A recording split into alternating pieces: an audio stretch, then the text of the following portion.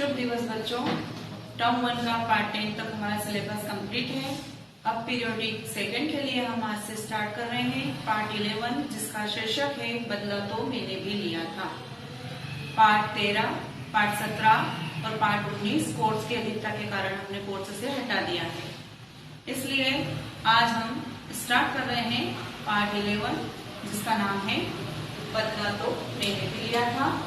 इसकी विधा है लेख और इसे लिखा है श्री ध्यानचंद जी ने, जो हॉकी का जादूगर के नाम से प्रसिद्ध है। उन्होंने इस लेख को लिखा है। उनका जन्म 29 अगस्त सन 1905 में प्रयागनगर में हुआ था। 29 अगस्त सन 1905 में प्रयागनगर में उनका जन्म हुआ था और उनकी मृत्यु 3 दिसंबर 1979 में हुई थी। जैसा कि आप सब जानते हैं, 29 अगस्त को इनका जन्म हुआ था, इसलिए राष्ट्रीय खेल दिवस के रूप में 29 अगस्त को मनाया जाता है। और राष्ट्रपति द्वारा खेल संबंधी अवार्ड राष्ट्रपति भवन में दिए जाते हैं। राजीव गांधी खेल रत्न, अर्जुन अवार्ड, द्रोणाचार्य अवार्ड, भारत का खेल से संबंधित प्रमुख अवार्ड, ध्यानचंद अवार्ड खेल की दुनिया के उन खिलाड़ियों को दिया जाता है जिन्होंने सर्वश्रेष्ठ प्रदर्शन किया हो। अब हम आगे इनके बारे में बताते हैं। जो उन्होंने लेख में बताया है कि पंजाब रेजिमेंट की ओर से यह खेला करते थे और 16 वर्ष की उम्र में इन्होंने फर्स्ट ब्रह्मन रेजिमेंट सिपाही के रूप में झांसी में अपनी नौकरी स्वीकार की थी।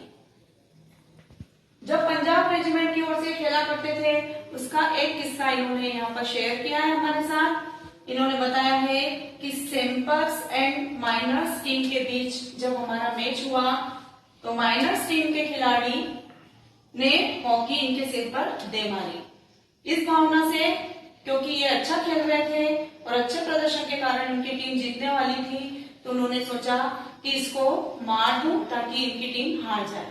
तो उसने ईर्ष्या की भावना से इनके ऊपर हॉकी दे मारी, जिससे इनके सिर में गहरी चोट आई और ये खेल के मैदान से बाहर आ गए और इन्होंने पट्टी बंधवाई और फिर खेलना शुरू कर दिया। अब जिसने इनके ऊपर हॉकी मारी थी, वह विरोधी टीम का जो खिलाड़ी था, वो घबरा रहा था कि कहीं ये मुझे भी आकर न मारे। उसके मन में बार बार यही डर था कि कहीं ये मुझे हॉकी न मार दे, लेकिन इन्होंने ऐसा नहीं किया और 6 गोल किए और विरोधी टीम के जिसने इनके सिर पर हॉकी मारी थी उसको कहा, खिलाड़ी को, कि मैं तुम्हें मार सकता था लेकिन मैंने बदला ऐसे नहीं लिया। मैंने अपना बदला ले लिया है दोस्त, क्योंकि मैं गुस्सा करना उचित नहीं समझता था और मैंने अपने टीम को जिताकर इसका बदला लिया है। टीम यूं तो मैं 2 ही गोल करता, लेकिन तुमने मुझे मारा, इसके कारण मेरे मन में और दृढ़ विश्वास हुआ और मैंने 6 गोल किए और अपनी टीम को जिता दिया। तो इनके जो अंदर की जो भावना थी, वह विरोधियों से दोस्ती करने की भावना थी, न कि ईर्ष्या और जलन रखने की। तो बच्चों, ध्यानचंद को जब भी कोई बच्चे पूछते हैं कि आपकी सफलता का राज क्या है, गुरु मंत्र क्या है, तो यही बोलते थे कि लगन, साधना और खेल भावना, यही सफलता का सबसे बड़ा गुरु मंत्र है। 1936 में बर्लिन ओलंपिक में टीम के कप्तान बनाए गए और इन्होंने टीम को जितवाया। तब हिटलर ने कहा कि तुम जर्मनी की टीम से खेलो, लेकिन इन्होंने मना कर दिया और अपने देश के लिए ही खेलना उचित समझा।